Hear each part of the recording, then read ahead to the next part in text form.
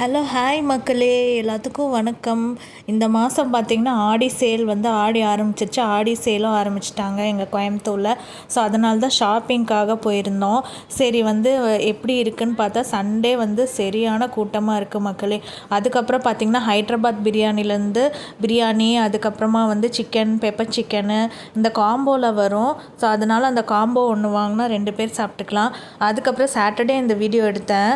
Saturday என்னென்ன பண்ணேன்னா தயிர் சாப்பாடு, அதுக்கப்புறமா அந்த மிச்சர் அந்த முறுக்கு வச்சிட்டேன். அதுக்கப்புறமா எண்ணெய் கத்திரிக்காய் வந்து தயிர் சாப்பாட்டுக்கு சூப்பராக இருக்கும்.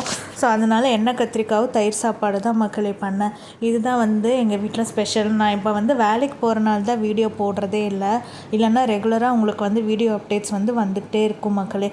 அதுக்கப்புறமா காலையிலே வந்து இந்த பஜ்ஜி ஒன்று போட்டோம், மிளகா பஜ்ஜி போட்டு அதுவும் வச்சுருந்தேன்.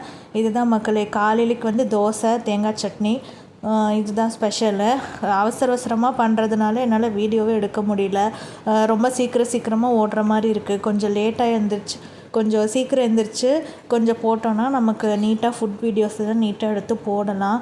அதுக்கப்புறம் பார்த்திங்கன்னா அம்மா வீட்டில் வந்து என்ன பண்ணாங்க அப்படின்னா, இது மாவுதான் காலையில் தோசை ஊற்றிருந்தாங்க. அதுக்கப்புறமா சாப்பாடு, முட்டை பொரியல், அதுக்கப்புறமா குழம்பு, ரசம், இது எல்லாமே வந்து அம்மா பண்ணியிருந்தாங்க மக்களே.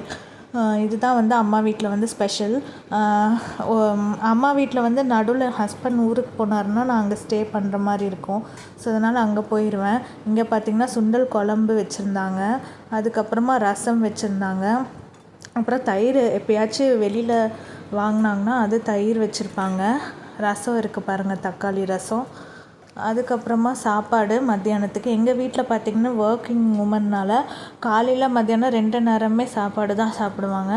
நாங்கள் வந்து காலையில் தோசை சாப்பிட்டுக்கிட்டு மத்தியானமும் சாப்பாடு அந்த மாதிரி பண்ணிக்குவோம். எங்கள் வீட்டிலலாம் சாப்பாடு தான் மக்களே.